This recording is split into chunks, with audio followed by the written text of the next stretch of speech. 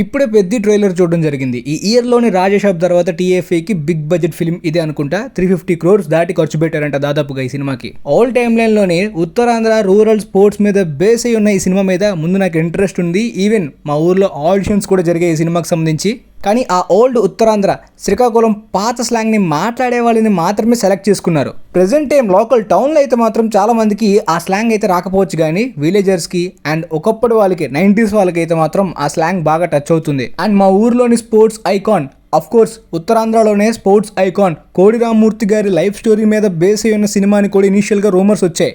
ఆయన ఒకప్పుడు India's Hercules అని కూడా పిలిచేవారు. అలాంటి లెజెండరీ హిస్టరీ ఉంది ఆయనకి.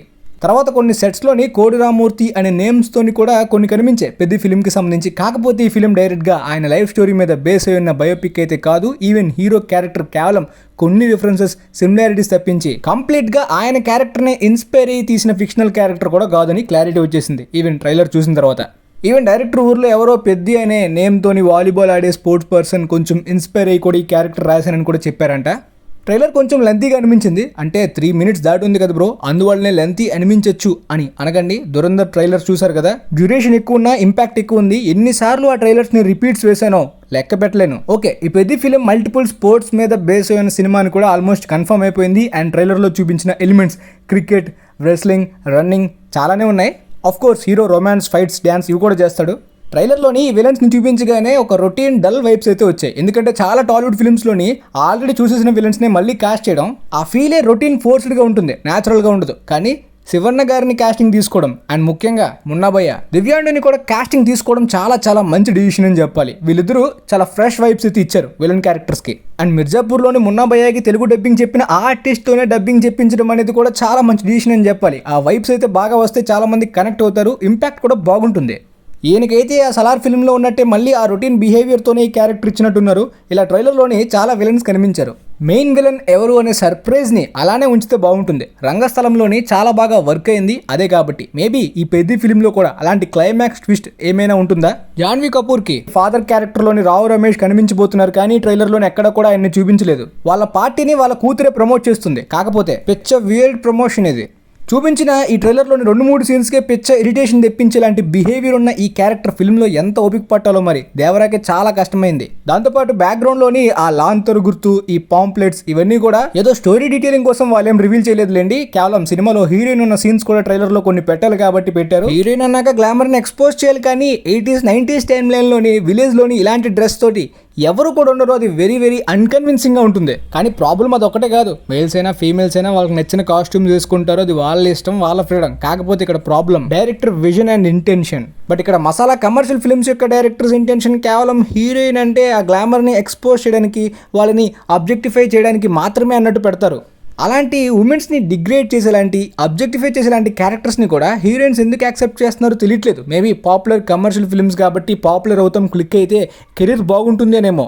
డైరెక్టర్ అనుకున్నట్టు ఇలాంటి గ్లామర్ని చూపించి చాలా మందిని థియేటర్స్కి పుల్ చేయగలడు. కాకపోతే చాలా మందికి డిసప్పాయింట్మెంట్ కూడా అనిపిస్తుంది హీరోయిన్ క్యారెక్టర్ కానీ సీన్స్ కానీ. ఇక్కడ హీరోకి ఊరు గుర్తింపు గురించి అండ్ స్పోర్ట్స్లో ఏదో అచీవ్ చేయాలనే ఒక స్ట్రాంగ్ విజన్, గోల్ ఉన్నట్టే కనిపిస్తుంది. కాకపోతే హీరోయిన్ నడుము కనిపించింది కాబట్టి లవ్లో పడ్డాం, హీరోయిన్ ఆ కాస్ట్యూమ్లో కనిపించింది కాబట్టి లవ్లో పడ్డాం, రోడ్ సైడ్ కరువులో ఉన్న పోకిరిగాలకి హీరోలకి తేడా లేదన్నట్టు చూపించడం, అండ్ ఆ బాడీ పార్ట్స్ని అబ్జెక్టిఫై చేస్తూ, హెరాస్ చేస్తూ, వెంట పడుతూ పాటలు పాడడం, ఇలాంటి స్టీరియోటైప్స్ టీఎఫ్ఏలో ఎప్పుడు ఎండ్ అవుతాయి. ఇక్కడ హీరోకి ఏదో మంచి గోల్ ఉన్నట్టుంది కాబట్టి లవ్లో పడితే ఏదో స్ట్రాంగ్ కన్విన్సింగ్ రీజనే కాదు, నార్మల్గా ఫేస్ చూసి లవ్లో పడినా కూడా కన్విన్సింగ్ గానే ఉంటుంది. కానీ ఇదేంటి, ఏ యాంగిల్లో దీన్ని ప్రేమ అని సినిమాలో చూపిద్దాం అనుకుంటారో అర్థం కాదు.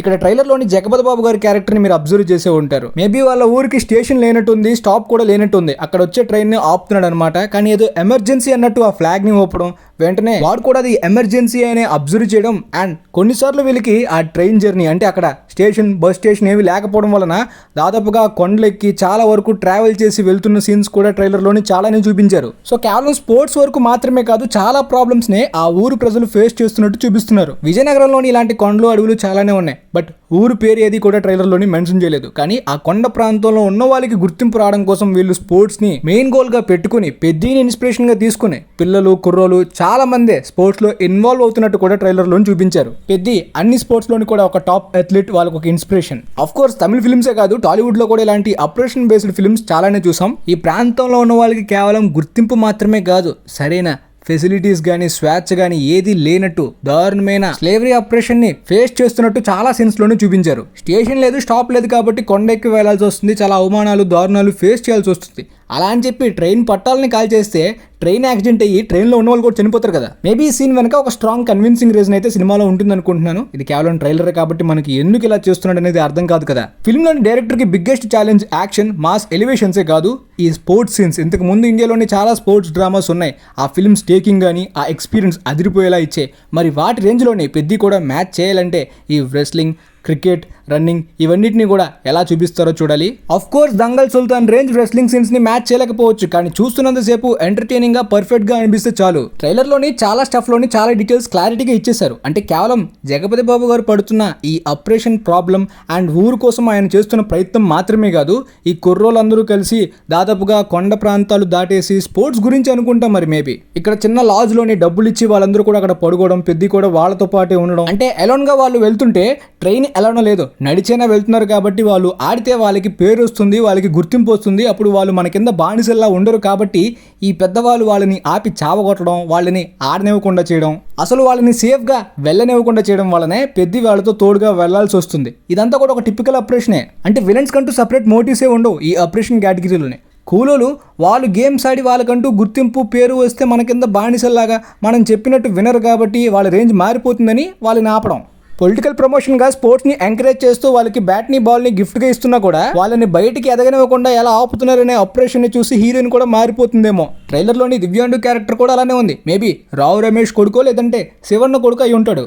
రామ్ చరణ్తోని అపోనెంట్గా గేమ్స్ ఆడడం, ఫైటింగ్లోని ఇన్వాల్వ్ అవ్వడం ఇవన్నీ రొటీన్ ఈగో క్లాషెసే. మరి ఏమైనా surprising villain character and surprising motive, ఒకవేళ రొటీన్ అయినా యూనిక్ ఇంపాక్ట్ ఇచ్చేలాంటి సీన్స్ కానీ మూమెంట్స్ కానీ రైటింగ్లో ఏమైనా పడతాయా?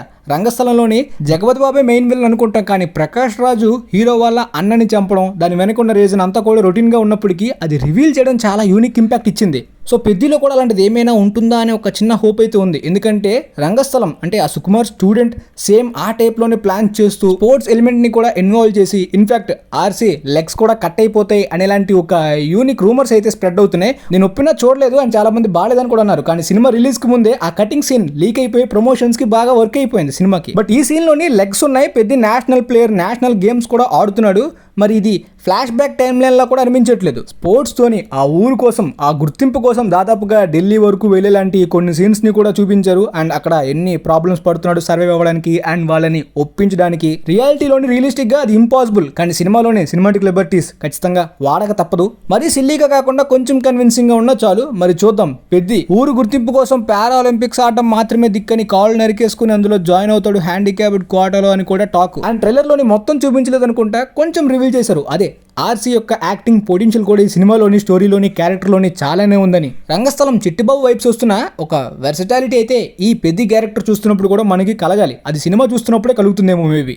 అంటే ట్రైలర్ చూస్తున్నప్పుడు కలగలేదని కాదు, ఆ చిట్టిబాబు వైబ్స్ అయితే చాలానే ఉన్నాయి. స్పోర్ట్స్ పరంగా మల్టిపుల్ సీన్స్ని మిక్స్ చేస్తూ కట్స్ చేయడం వలన ఏది ప్రాపర్గా చూపిస్తున్నారు, ఏ స్పోర్ట్స్ని ప్రాపర్గా చెప్పాలనుకుంటున్నారు అనే క్లారిటీ అయితే మిస్ అయింది ట్రైలర్ ఎడిటింగ్లోని. కానీ లాస్ట్లో ఆ ట్రాన్సిషన్ అయితే చాలా బాగుంది. టాలీవుడ్లోని డైరెక్టర్స్ అలా డిమాండ్ చేస్తారా లేదంటే ఎడిటర్స్ ప్రాబ్లమే అంతనో నాకు తెలియదు, కానీ ఆ స్పోర్ట్స్ సీన్స్ని న్యాచురల్గా రియలిస్టిక్గా ఒక్క సీన్ అయినా చూపించుంటే బాగుండేది. ఆ స్లో మోషన్ చేసి హీరో కాబట్టి ఎలివేషన్ ఇవ్వాలని చెప్పి ఆ slow motion masala style editing ఎందుకో మరి నాకు అర్థం కావట్లేదు. కానీ ఈ ఎడిటర్ చాలా డేంజర్, చాలా సినిమాలు ఎడిటింగ్తోనే దెబ్బెట్టడం కూడా చాలా మంది చెప్తున్నారు. నేనైతే ఎక్కువగా చూడలేదు ఈ ఎడిటర్ ఫిల్మ్స్. సినిమాలోని స్టోరీ టెల్లింగ్ లోని ఆ ఎమోషనల్ ఫ్లో కానీ, స్పోర్ట్స్ ఫ్లో కానీ, ఆ యాక్షన్ ఫ్లో కానీ అండ్ ముఖ్యంగా స్టోరీ ఫ్లో కానీ ఇవన్నీ కూడా పర్ఫెక్ట్ ఫ్లోలో ఎడిటింగ్ వెళ్ళకపోతే ఖచ్చితంగా కన్వే కాదు. ట్రైలర్లో అయితే మాత్రం గజిబిజి అయింది కొన్ని చోట్ల కట్స్ కానీ టిపికల్గా మనకు తెలిసిందే టాలీవుడ్ ఫిల్మ్స్లోని ఈ భజన ఎప్పటికీ మారదు. అంటే పక్కవాడు హీరోకి వాడిని మించిన వాడు ఈ ప్రపంచంలోని లేడు సార్, వాడి గురించి మీరు వచ్చారా, వాడెవడో తెలుసా. ఫస్ట్ యాక్ట్లోనే హీరో పీకింది ఏమీ లేకుండా హీరో గురించి అలా భజన చేయడం, ఆ స్పూన్ ఫీడ్ స్టార్ట్ చేయడం వలన పిచ్చ ఆర్టిఫిషియల్గా ఉంటుంది. ఈ ఎలివేషన్ చచ్చిపోయింది. ఈ రొటీన్ స్టైల్ దయచేసి ఆపేయండి రా బాబోయ్. ముఖ్యంగా టాలీవుడ్లో అయితే మాత్రం హీరోకి 2 ఉంటాయి, అందరికి 1 ఉంటాయి అనే డైలాగ్స్ని ఆ చెప్పడాన్ని ఆపండి, చూడలేక వస్తున్నాం. హీరో ఫస్ట్ యాక్ట్లో ఏదో పీకిన తర్వాత అప్పుడు మాకు కూడా ఫీలింగ్ వస్తుంది కన్విన్సింగ్గా. అప్పుడు అలాంటి డైలాగ్స్ మూమెంట్స్ పెడితే మేబీ కొంచెం కన్విన్సింగ్గా వర్క్ అవ్వచ్చు.